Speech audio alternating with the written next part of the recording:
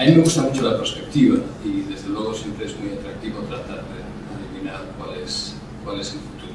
Sucede que de los temas que vamos a hablar casi no es futuro, casi estamos hablando ya de lo que se ha producido. Por un lado, sabemos que la industria farmacéutica ha perdido eficiencia en los últimos 15 años, ha perdido competitividad. Se puede mirar que el valor de las grandes compañías ha disminuido un 40% en bolsa. Podemos ver que hemos perdido 300.000 empleos en los últimos 10 años. Podemos mirarlo de muchas maneras, pero al final hay un ejemplo de calle que puede servir. Cuando cada uno de nosotros se compra un iPad, está comprando alta tecnología por una fracción de lo que nos costaban los ordenadores que nos comprábamos en los años 90.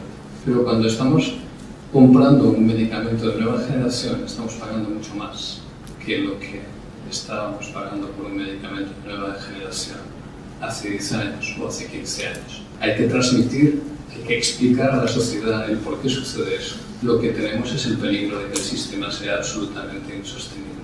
Y por lo tanto, para convertir al sistema insostenible, tenemos que buscar algún tipo de soluciones. Y eso es lo que la industria farmacéutica en los últimos años se ha preguntado. Bueno, y tuvieron algunas ideas. La primera, incrementar la eficiencia corporativa de las grandes corporaciones farmacéuticas. Segundo, y más importante para lo que nos respecta, incrementar la eficiencia en I+D.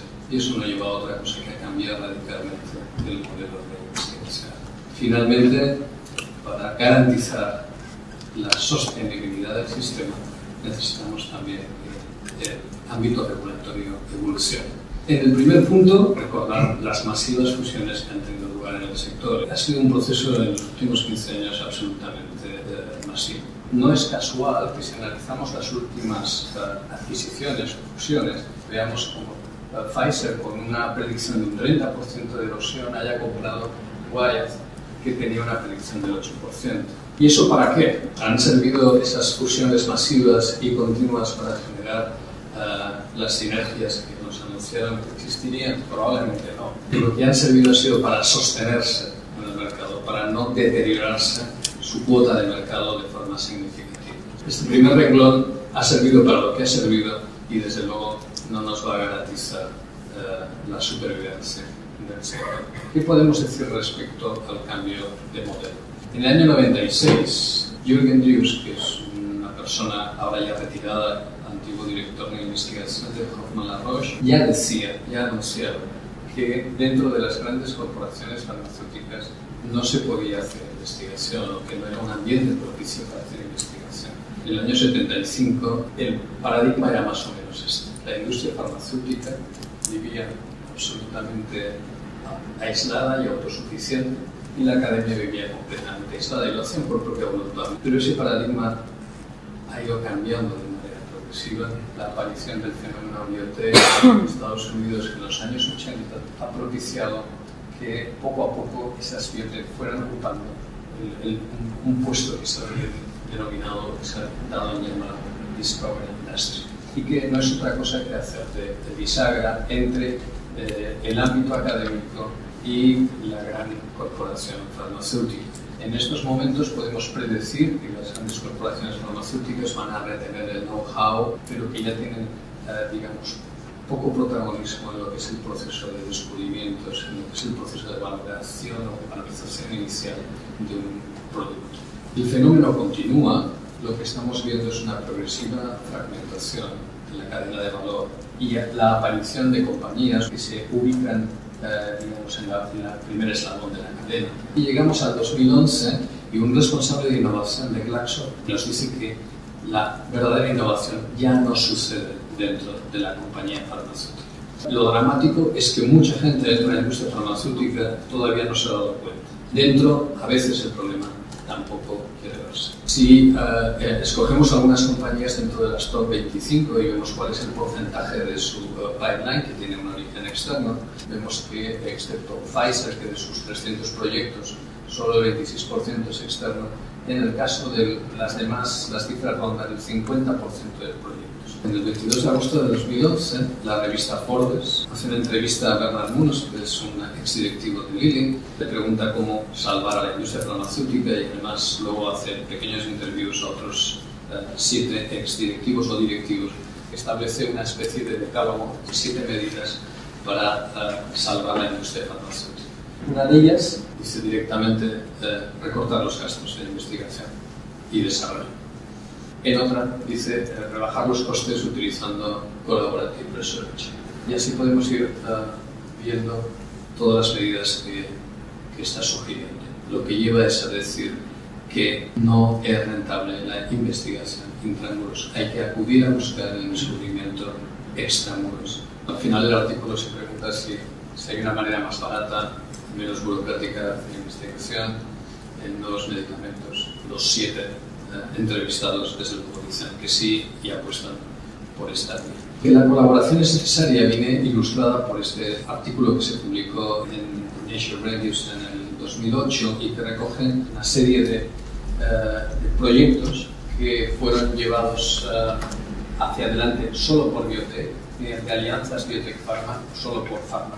Y viene a establecer que el ratio de fracasos en la fase 3 o el ratio frente al ratio de aprobaciones por la FDA es más favorable cuando se establecen colaboraciones con pharma. Es decir, que la colaboración al final tiene que surgir de forma absolutamente natural. ¿Por qué colaborar? Desde la óptica de una pharma, nosotros lo que nos interesa es generar innovación en un punto en donde converge nuestra estrategia de negocio, lo que nosotros necesitamos para el mercado, lo que el mercado necesita y lo que tecnológicamente es posible.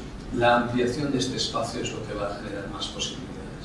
En el cambio del modelo regulatorio. Puede parecer sorprendente que la academia pueda decir cosas ahí, pero desde luego a mí me lo parece. Y voy a poner como ejemplo toda la iniciativa que rodea el llamado Virtual Physiological Cure. Si nosotros comparamos la forma de hacer un fármaco con la forma de hacer aviones, en la época de Santos Dumont se hacía un avión por la mañana, se probaba por la tarde, se pegaban un bofetón, rehacían las alas, cambiaban el sistema y volvían a intentarlo al día siguiente. Cuando Airbus saca al mercado el A380, ese avión vuela hasta 3 meses antes de su comercialización. Todo lo demás ha sido virtual, simulación, etc. Nosotros en investigación seguimos más próximos al sistema de Santos Dumont que al de Airbus. Seguimos haciendo el trial and error, seguimos haciendo experimental y hacemos todavía muy poca virtualización.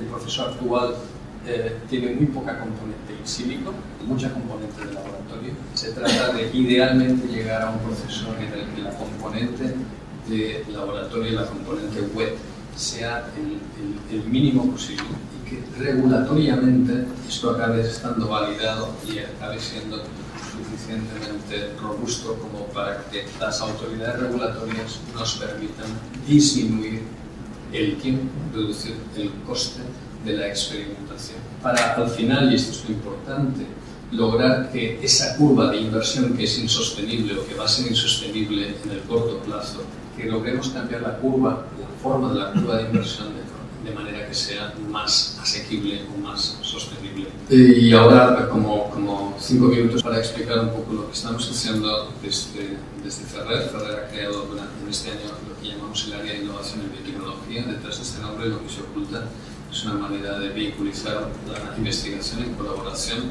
con la academia, con compañías biotech, con otros grupos. El objetivo es identificar y co-gestionar proyectos que se originan.